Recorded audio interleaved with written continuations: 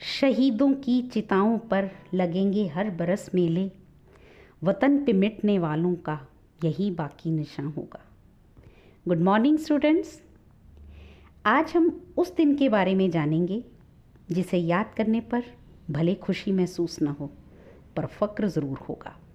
हमें गौरव महसूस होगा कि हम उस देश के वासी हैं जिसकी मिट्टी ने ऐसे ऐसे वीर सपूत पैदा किए जिन्होंने देश की मिट्टी को बचाने के लिए स्वयं को मिट्टी में मिला दिया। आज कारगिल विजय दिवस मनाया जा रहा है। 21 वर्ष पहले आज ही के दिन सन 1999 में कारगिल में हुए भारत पाक युद्ध में हमारी इंडियन आर्मी ने शौर्यपूर्ण जीत दर्ज की। आसान न था पहाड़ की चोटियों से बरसते बम गोलों का ना सिर्फ सामना करना बल्कि बहादुरी व फिराक दिली से मुंह तोड़ जवाब देना। लेकिन भारतीय सेना ने जिस साहस व देश प्रेम के जज्बे का प्रदर्शन इस जंग में किया वह पूरी दुनिया में देश के प्रति सर्वस्व समर्पण की मिसाल बना।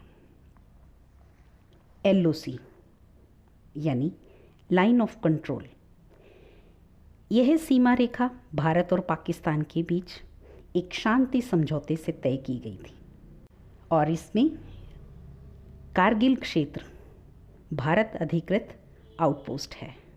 हुआ यूं कि शांति समझौते का उल्लंघन करते हुए पाकिस्तान ने ऑपरेशन बद्री के तहत LAC पर अवैध रूप से कब्जा कर लिया। उस क्षेत्र को पुनः अधिकार में लेने के लिए इंडियन गवर्नमेंट द्वारा ऑपरेशन विजय की शुरुआत की गई, जिसके तहत लगभग 60 दिनों के युद्ध के उपरांत हमने अपने क्षेत्र को पुनः अधिकार में लिया। यह युद्ध विराम इसी दिन हुआ था। बच्चों, इस युद्ध में हमें जीत बहुत महंगी पड़ी। हमारी आर्मी के 550 से ज़्यादा जवानों ने सरजमी पर सरप्रस्ती हासिल करने के लिए जान गंवाई। 1400 के करीब सैनिक घायल हुए और ये विजय हासिल करने में जिन सैनिकों के बलिदान का महत्वपूर्ण योगदान था उन्हें हम कैसे भूल सकते हैं। उनमें से एक थे कैप्टन विक्रम बत्रा। महज 24 वर्ष उम्र में इस जांबाज धरती पुत्र ने वो हिम्मत, वो कुर्बानी का जज्बा दिखाया कि सदियों तक भारतीय जवानों और देशभक्तों के लिए प्रेरणा व मिसाल बनकर जिएगा। स्वाभिमान सुरक्षा के प्रतीक इस युद्ध की प्रेरणा भरी एक कहानी अब मैं आपसे शेयर करती हूँ। कारगिल युद्ध में कैप्टन विक्रम और उनकी टीम को 17,000 फीट की ऊंचाई पर बर्फीली चोटी पर पॉइंट 5140 को अधिकार में लेने का टास्क मिला। बेहतरीन रणनीति व बहादुरी का परिचय देते कैप्टन विक्रम ने न सिर्फ पॉइंट 5140 को जीता बल्कि पाकिस्तान की एंटी एयरक्राफ्ट गन भी अपने कब्जे में ले ली, जिस कारण इस योद्धा को शेर शाह के उपनाम से नवाजा गया। इस जीत से कारगिल वार की जीत की कड़ी खुल गई। ये जीत हमारी कारगिल वॉर के लिए बहुत महत्वपूर्ण साबित हुई। इस जीत से उत्साहित हो अगले पड़ाव को सैनिकों ने फतेह करने का बीड़ा उठाया और अगला पड़ाव उसी ऊंचाई पर पॉइंट 4875 पर तिरंगा फहराना था, जिसको फतेह करने का साहस इन वीरों पुत्रों ने दिखाया। परंतु अपने एक साथी के चोटिल होने पर उसे बचाते हुए कैप्टन बत्रा दुश्मन की गोली से वीरगति को प्राप्त हुए।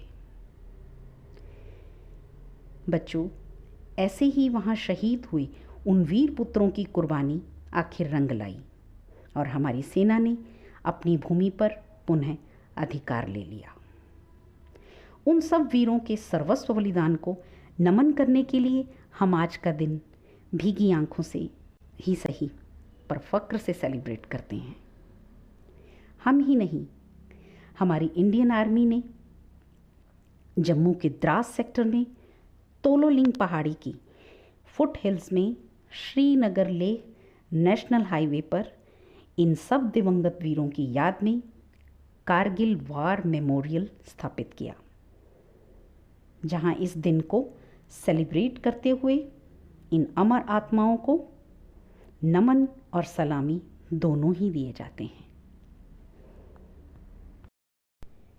और इस सेलिब्रेशन का भाव विहंगम दृश्य कुछ ऐसा होता है मानो मौन वेदनाओं को स्वीकार करते वो अमर जवान कह रहे हों, सांस थमती गई, नब्ज जमती गई, फिर भी बढ़ते कदम को न रुकने दिया, कट गए सर हमारे तो कुछ गम नहीं, सर हिमालय का हमने न झुकने दिया, मरते मरते रहा बाकपन साथियों, अब तुम्हारे हवाले वतन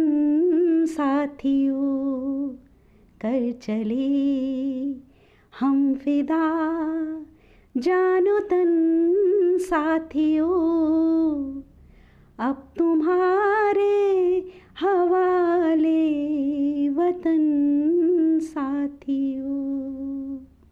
जय हिंद।